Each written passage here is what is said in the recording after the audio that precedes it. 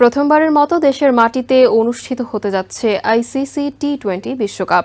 সেই সঙ্গে এই প্রথম আইসিসির কোনো বিশ্বকাপে অংশগ্রহণ করছে আমেরিকা।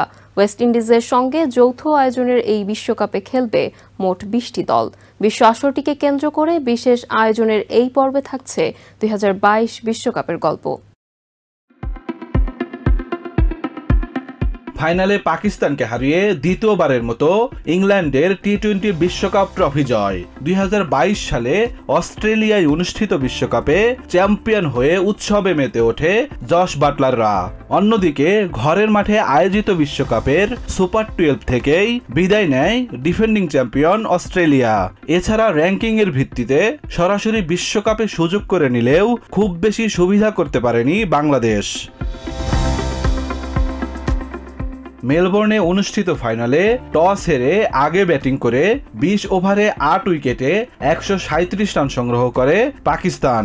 138 রানের লক্ষ্যে খেলতে নেমে বেন স্টোকসের অপরাজিত 52 রানের ইনিংসের সুবাদে 19 ওভারে 5 উইকেট হারিয়ে জয় তুলে নেয় ইংল্যান্ড।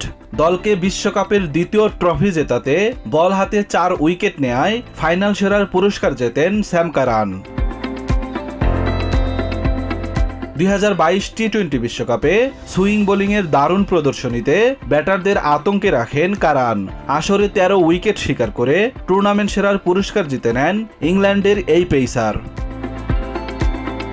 296 রান করে টুর্নামেন্টের সর্বোচ্চ রান সংগ্রাহক হন ভারতের বিরাট কোহলি।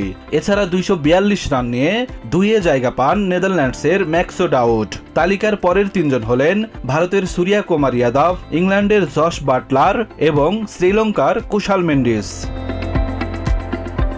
অন্যদিকে লঙ্কান স্পিনার অনিন্দু হাসারাঙ্গা 15 উইকেট নিয়ে হন টুর্নামেন্টের সর্বোচ্চ উইকেট শিকারী। এর পরের স্থানটি নিজের করে নেন স্যাম কারান।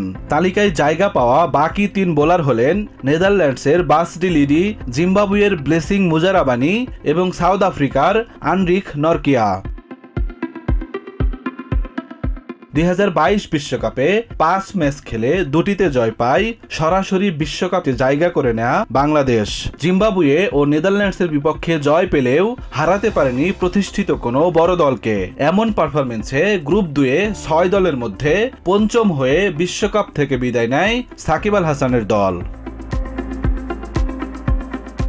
টি-20 বিশ্বকাপে বাংলাদেশ খারাপ পারফরমেন্সের ধারা বজায় রাখলেও 2022 বিশ্বকাপ জিতে ক্রিকেটে নিজেদের শক্তিমত্তা আরও একবার জানান দেয় ইংল্যান্ড।